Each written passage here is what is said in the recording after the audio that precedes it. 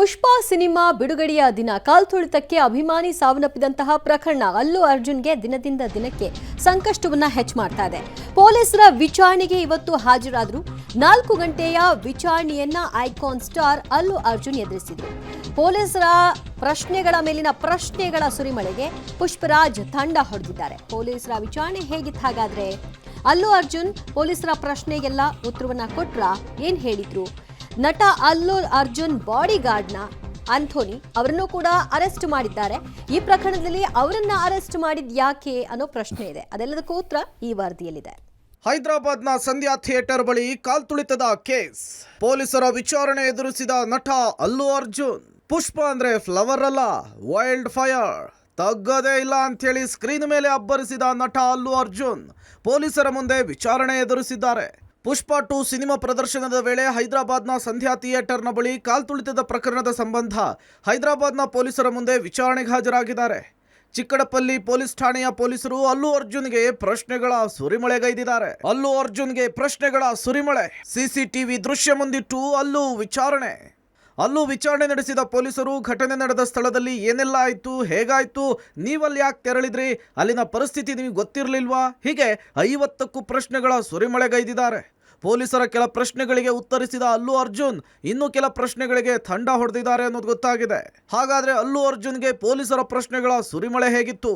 Public ಟಿವಿಯಲ್ಲಿ exclusive details ಅನ್ನ ತೋರಿಸ್ತೀವಿ ನೋಡಿ. ಪುಷ್ಪಾಗೆ ಖಾಕಿ ಪ್ರಶ್ನೆಗಳ ಸುರಿಮಳೆ. ಥಿಯೇಟರ್ ಬಳಿ ಕಾಲ್ತುಳಿತದ ಬಗ್ಗೆ ನಿಮಗೆ ಗೊತ್ತಿತ್ತಾ?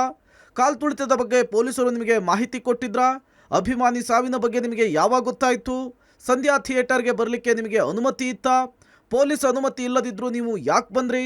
ಪೊಲೀಸರ ಅನುಮತಿ ನಿರಾಕರಣೆ ಬಗ್ಗೆ ನಿಮಗೆ ಗೊತ್ತಿತ್ತಾ? ಹೀಗೆ ಅಲ್ಲು ಅರ್ಜುನ್ಗೆ ಪೊಲೀಸರು ಸಾಲು ಪ್ರಶ್ನೆಗಳನ್ನು ಕೇಳಿದ್ದಾರೆ. ಹೈದರಾಬಾದ್ನ ಸಂಧ್ಯಾ ಥಿಯೇಟರ್ನಲ್ಲಿ ಕಾಲ್ತುಳಿತ ಸಂಭವಿಸಿ ಮಹಿಳೆಯೊಬ್ಬರು ಸಾವನ್ನಪ್ಪಿದ ಪ್ರಕರಣ ಸಾಕಷ್ಟು ತಿರುವುಗಳನ್ನು ಪಡ್ಕೊಳ್ತಾ ಇದೆ. ಇದೇ ಪ್ರಕರಣಕ್ಕೆ ಸಂಬಂಧಪಟ್ಟಂತೆ ನಟ ಅಲ್ಲು ಅರ್ಜುನ್ ಅವರನ್ನ ಇವತ್ತು ಹೈದರಾಬಾದ್ ಪೊಲೀಸರು ವಿಚಾರಣೆಯನ್ನು ನಡೆಸಿದ್ದಾರೆ. ಮೊದಲ ಬಾರಿಗೆ ಸುಮಾರು 3 ಗಂಟೆಗಳ ಕಾಲ ವಿಚಾರಣೆಯನ್ನು ನಡೆಸುವ ಮೂಲಕ 50ಕ್ಕಿಂತ ಹೆಚ್ಚು ಪ್ರಶ್ನೆಗಳನ್ನು ಪೊಲೀಸರು ಅಲ್ಲು ಅರ್ಜುನ್ ಅವರಿಗೆ ಕೇಳಿದ್ದಾರೆ. ಮುಖ್ಯವಾಗಿ ಘಟನೆ ನಡೆದಂತಹ ದಿನ ಅಲ್ಲು ಅರ್ಜುನ್ ಅವರಿಗೆ ಥಿಯೇಟರ್ಗೆ ಬರಲಿಕ್ಕೆ ಅನುಮತಿ ಇತ್ತ? ಪೊಲೀಸರ ಅನುಮತಿಯನ್ನು ಪಡ್ಕೊಂಡಿದ್ರ?